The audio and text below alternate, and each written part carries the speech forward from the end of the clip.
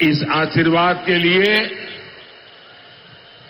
मैं आपका बहुत आभारी हूं। मैं आपका कर्जदार हूं। सबसे पहले तो मैं आप सबकी क्षमा मांगना चाहता हूं। हमारे साथियों ने, हमारे भारतीय जनता पार्टी के कार्यकर्ताओं ने ये जो पेंडल बनाया है, ये व्यवस्था बहुत छोटी पड़ गई और मैं देख रहा हूं इससे ज्यादा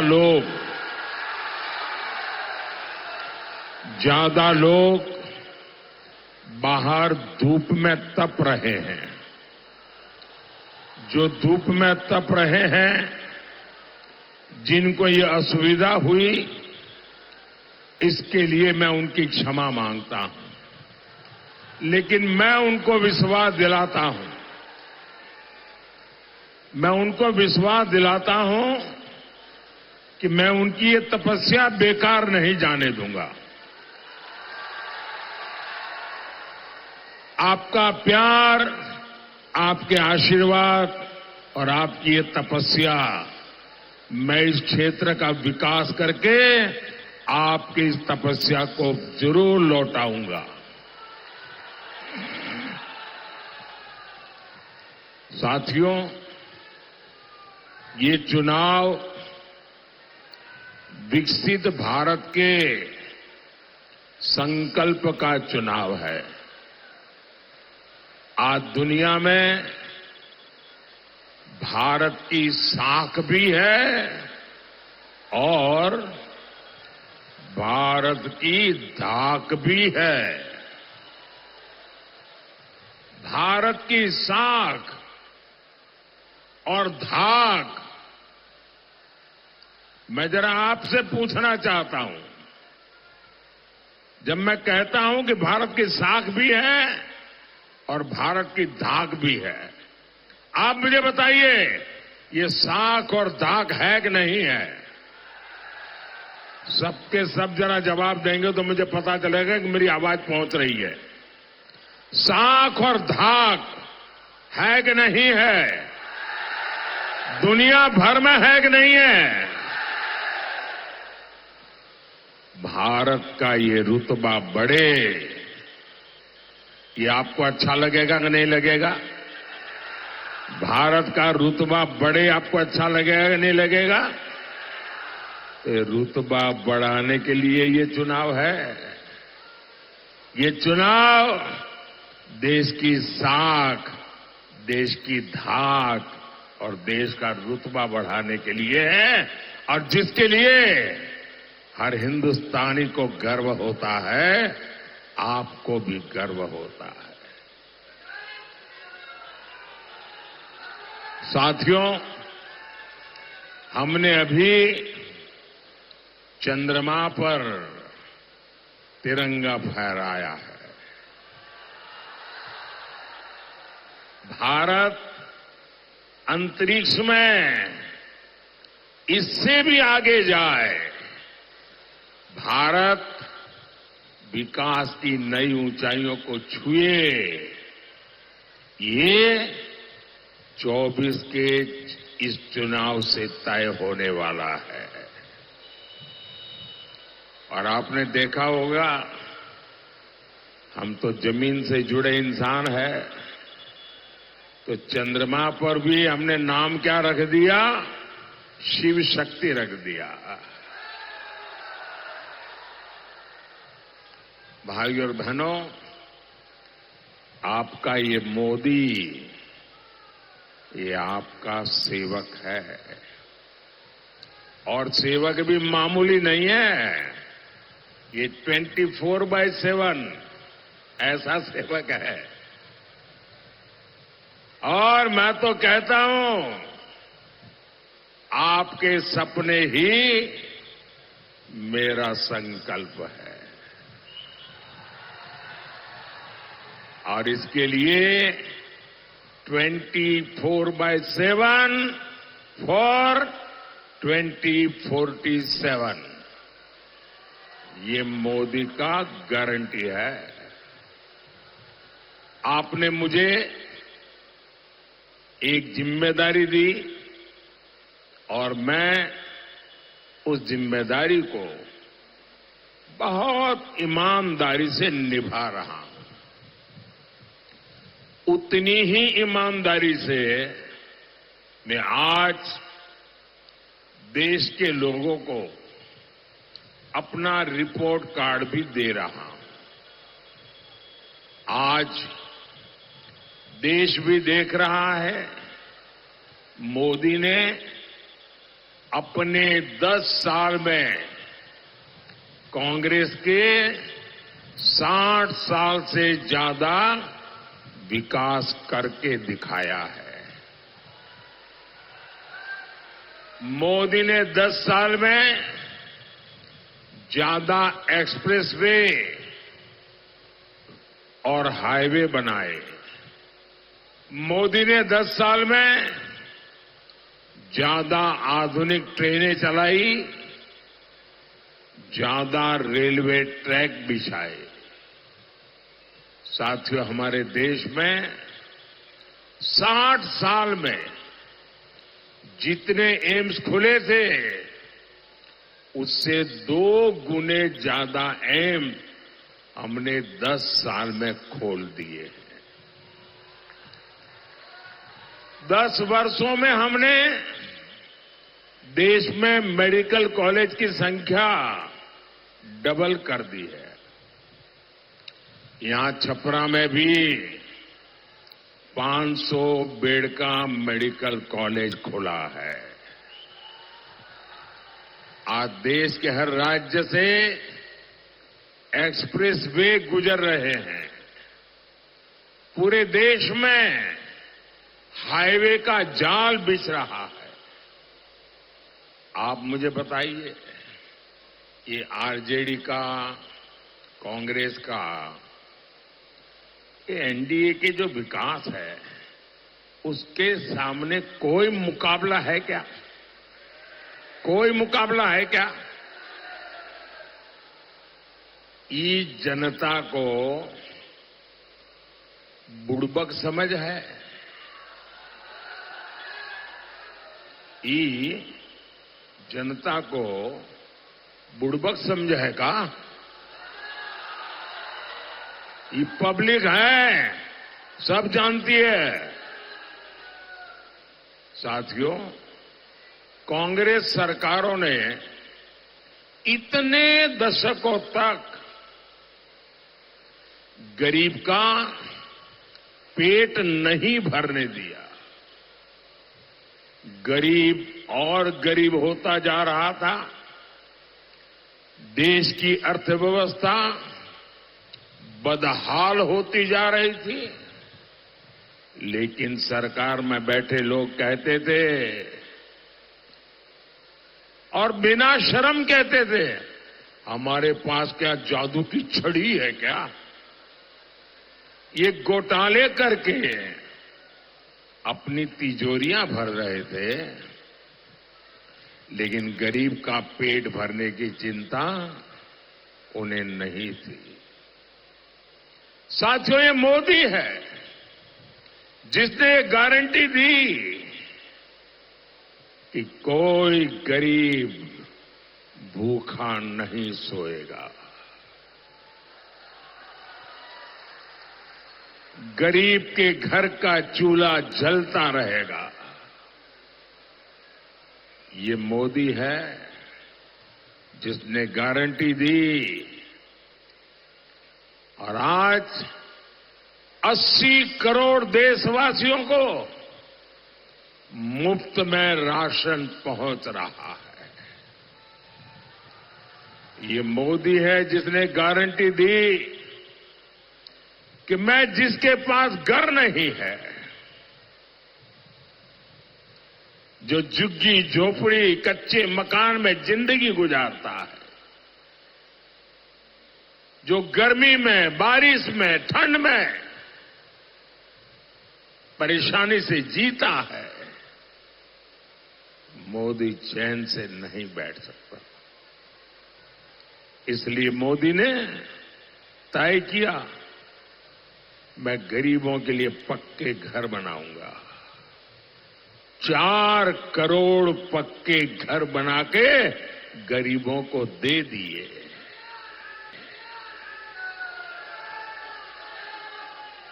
अच्छा, मेरा एक काम करेंगे आप लोग, मेरा एक काम करेंगे, सबके सब जरा हाथ ऊपर करके बताएं तो मैं बताऊं काम। मेरा एक काम करेंगे, पक्का करेंगे। देखिए, अभी आप ये राजीव रूडी के लिए गांव गांव जाते होंगे, चुनाव प्रचार करते होंगे, लोगों से मिलते होंगे। कहीं पर भी अगर आपको गांव में कोई ऐसा परिवार नजर आए जो आज भी झोपड़ी में रहता है, घर उसका कच्चा है, अगर उसके यहां शौचालय नहीं है, अगर उसके यहां नल से जल नहीं पहुंचा है, अगर उसके यहां गैस का कनेक्शन नहीं है, तो आप उसका डिटेल लिख करके मुझे भेज दीजिए और उसको कह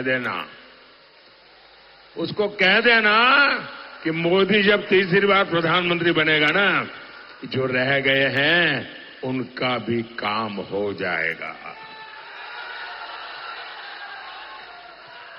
और आप बिना चिंता किए, ये मोदी की गारंटी है, बता देना, मेरे लिए तो आप ही मोदी है।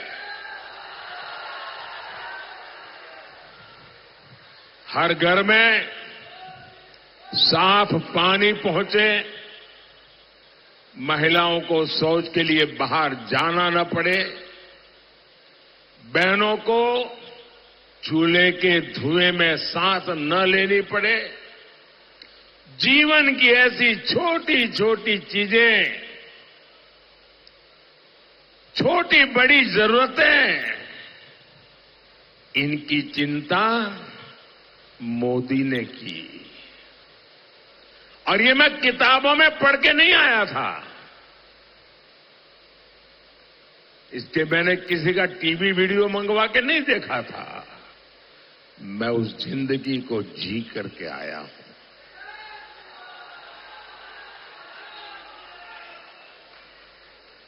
मैंने गरीबी को जिया है, इसलिए गरीब के दुख दर्द समझने के लिए मुझे किसी डेलीगेशन की जरूरत नहीं पड़ती है। और इसलिए मेरे हर काम में, मेरी हर योजना में मेरा देशवासी उसके मध्य में होता है, क्योंकि मैं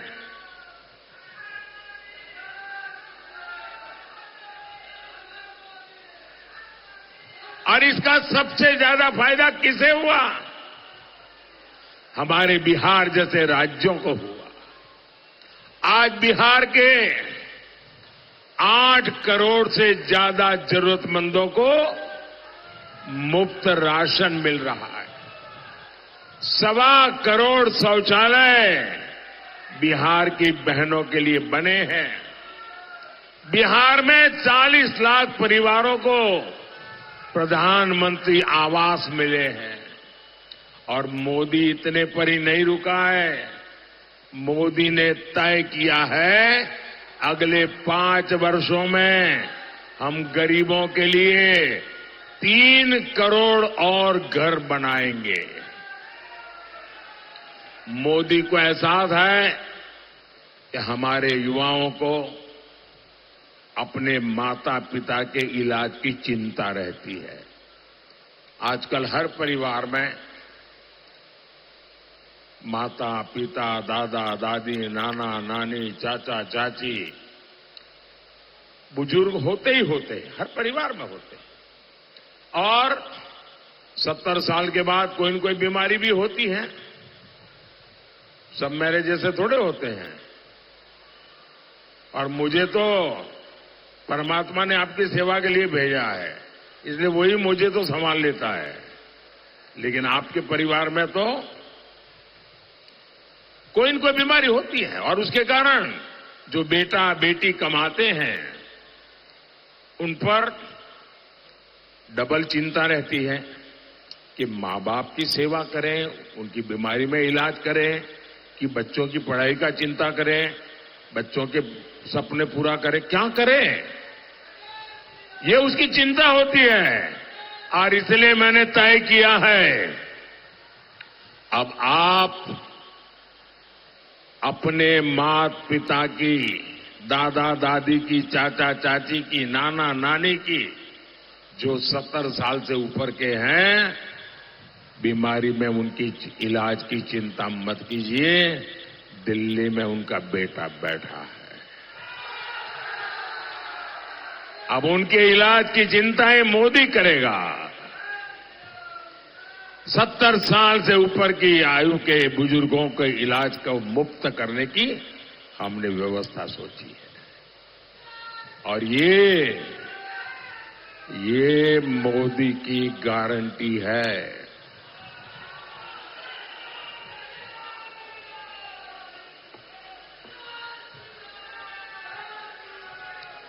साथियों, मैं जब भी बिहार आता हूं, आरजेडी को कहता हूं कि वो अपने काम पर बिहार के लोगों से वोट मांगे। जैसे आरजेडी ने कितने अपहरण करवाए, कितने मर्डर कराए, जैसे आरजेडी ने बिहार में कितने उद्योगों को चौपट किया, कितने तरह के घोटाले कराए, आरजेडी वालों ने इसी के पोस्टर लगाने चाहिए और इसी पोस्टर के आधार पर वोट मांगना चाहिए। वो बिहार में जंगल राज लाने वालों का यही एकमात्र रिपोर्ट कार्ड है। और मैं इन जंगल राज वालों से भी ये भी कहूंगा कि नीतीश जी के नेतृत्व में जो काम हुए हैं, कृपा करके झूठ बोल के उस पर वोट मत मांगिए। आरजेडी के पास अपराध अत्याचार की इतनी बड़ी विरासत है, उसी के आधार पर वोट मांगिए। और आपके पास आरजेडी के लोग वोट मांगने के लिए आए हैं तो पल भर के लिए सोचना कि जंगल राज में क्या क्या होता था। और जो पहली बार वोट देने जा रहे हैं, जब जंगल राज की मुसीबतें थी तब उनका जन्म भी नहीं हुआ था। जरा उन फर्स्ट टाइम वोटर को मैं कहता हूं, आप अपने माता पिता दादा दादी से पूछिए उन्होंने कैसी मुसीबतों में दिन काटे थे, शाम को घर के बाहर नहीं निकल पाते थे। मेरे फर्स्ट टाइम वोटर मुझे नहीं, राजीव जी को नहीं, अपने परिवार के लोगों को पूछे कि कैसे मुसीबत के वो दिन थे। साथियों, इंडी गठबंधन वाले